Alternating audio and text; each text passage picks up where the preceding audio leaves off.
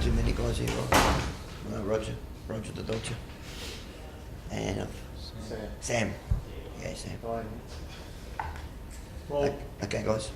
I think you sat here a couple of weeks ago and you said that you're honest and said the club had made their own bed and that you continue to be, I guess, ridiculed and picked on. But do you feel like you're getting some of that back? You're pulling some of that ground back? That'll be that's a time thing, Sam. It doesn't come within 1 or 2 weeks. We don't expect it to. That's about consistency over the journey. We've played to use a racing term, we've played a Group 1 horse today. All respect, I mean that, not John Longmire the horse, but I'm talking about his side. And they're a fair dinkum footy club, fair dinkum footy side, and they've been over the journey. That's how they play. So that's how we need to be judged over time.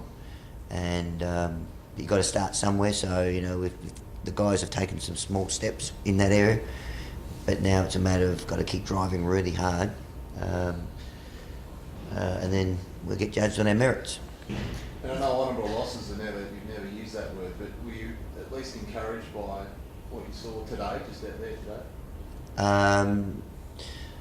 In the debrief, I was encouraged by their mentality to keep coming, to stay at the task. What we've got to channel that into is a bit more know-how. So there's a fierceness in your mind that you need to keep doing that.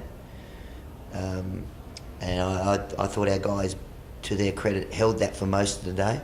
But we've got to now channel that fierceness and that energy that comes from that into know-how. And you saw, and the guys asked Colin because he played against it, so you better describe the emotion of it. But their Sydney's fierceness around the contest, their strong bodies and their clean take and their capacity to keep the ball alive are all things that our group needs to experience, and they did today, and get better and better. And that's why, whether it be stoppages around the ground, minus 44 contested ball, no team in the competition can live with that. That's in the end 16 more scoring shots. So in a lot of ways you could say that we were dominated, but I do admire, and I've said this from day one, Sam, I do admire the resilience of this playing group. So know how effectively difference here? Know-how will always be, providing you get the first part organised, Yeah, I'm saying the fierceness. I reckon Melbourne matched, if not better, Sydney for effort and just having a crack. Well, I wouldn't say better. I saw some outstanding efforts from Sydney today. Some real, as I said, it's a Group 1 we've played against.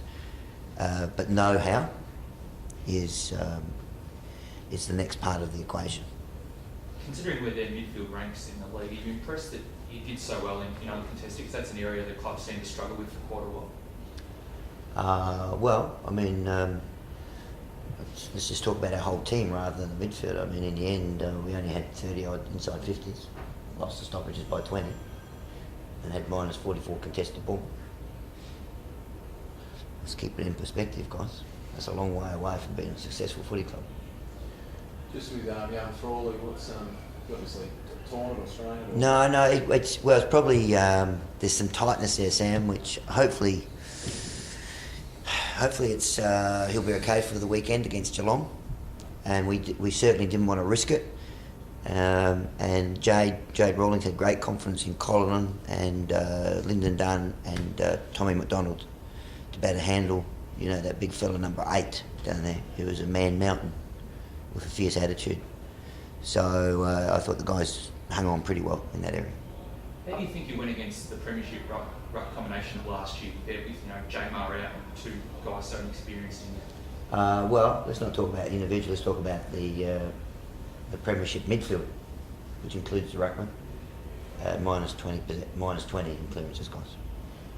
Just tell us a bit about he's a bit of a cold hero. It's come along quite quickly with Jack Fitzpatrick, who really couldn't get much of a look in, and now over the last couple of weeks has really shown something. Can you take us through where he's come from and what looks to be quite a big improvement? Well, he's come from really good solid form, consistent form, Sam, at Casey Scorpions, and Rowan Welsh has done a great job with him down there.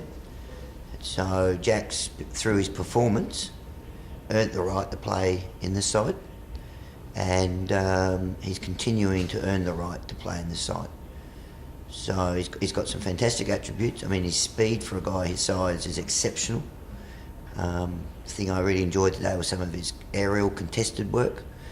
He needs to continue to work on his ruck, but he's got a great attitude to his footy.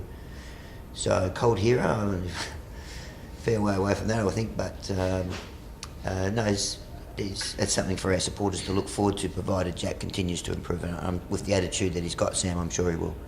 Colin, what do you make of Big Jack's effort today? Oh yeah, similar to Neil. Jack's been in the club, 4 or 5 years now, and he's come from a fair way away when he first got to the club. But as Neil said, I think this is probably the first time he's really earned his spot. He's probably played 3, 4, 5 games in a row of VFL of outstanding footy, and that's just translated into AFL level.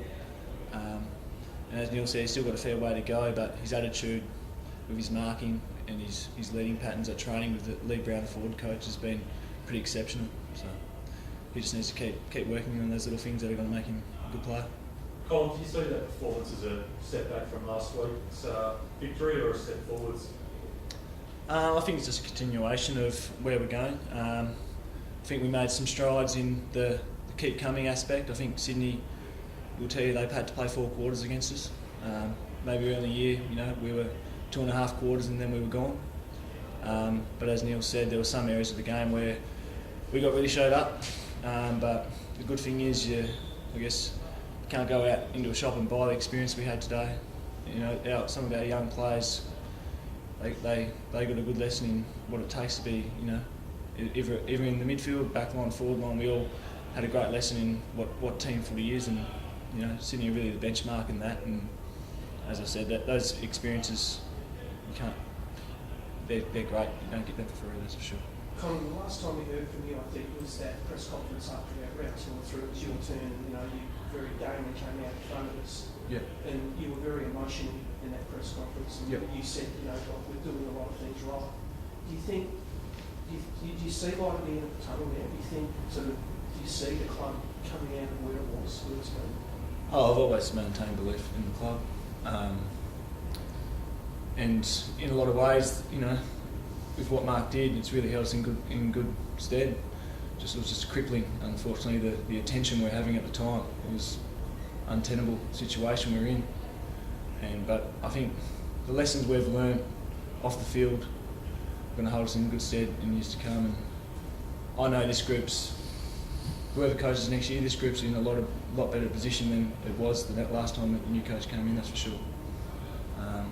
But from a playing perspective and being fortunate enough to be involved in the leadership group, I haven't lost any sort of faith the whole way through.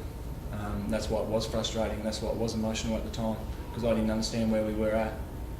But I've never lost faith in the club's direction.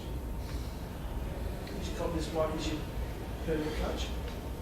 We'll have to wait and see. At the moment, he's in with us at the moment. He said that he's going to give us 11, 12 rounds of all in, and after that we'll see what happens. Thanks everyone. Okay, guys.